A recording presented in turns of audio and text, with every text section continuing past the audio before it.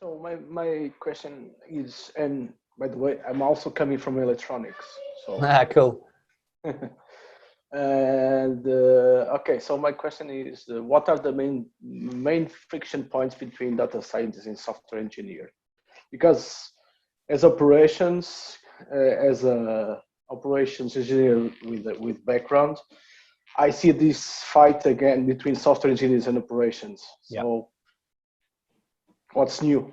Yeah, well, nothing's new. It's the same old story. Totally agree.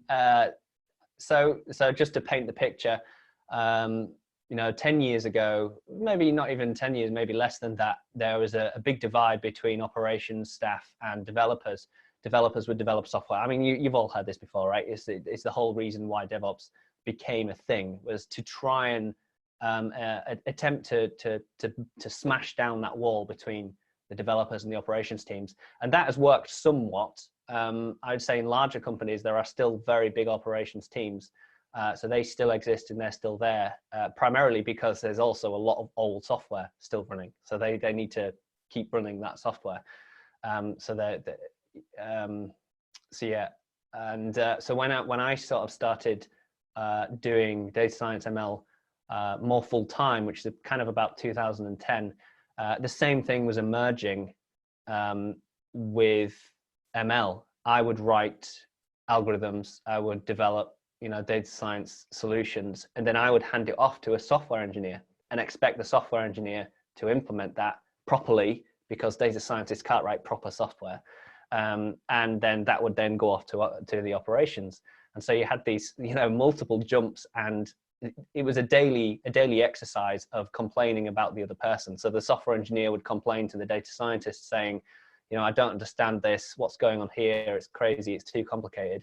And the data scientist is going to the software engineer. It's like, it's not complicated. It's dead easy. How can you not understand it?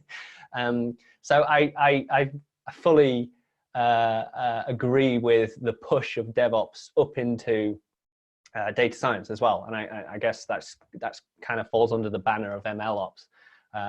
Or data DevOps, or whatever you want to call it, but basically trying to bring the data scientists into the software team, into the operations team, and so all together as a team, they can actually they can be responsible for, and they can deliver good ML solutions. The downside is that in many sort of roles, that scope falls towards a single person. It's becoming more and more expected that a single person would be skilled at doing all of these things. And so that makes the stack, the full stack is becoming fuller. Like the word full stack is pretty funny, because it implies that there's nothing else to add. But in fact, there's stuff being added all the time. So we're going, uber full now if you're adding data science on the top of that. And there's obviously a limit to that. There's only so much that someone can learn, and yeah, so that's an organizational challenge. Yeah, the full stack is now overflowing stack. Yeah, right.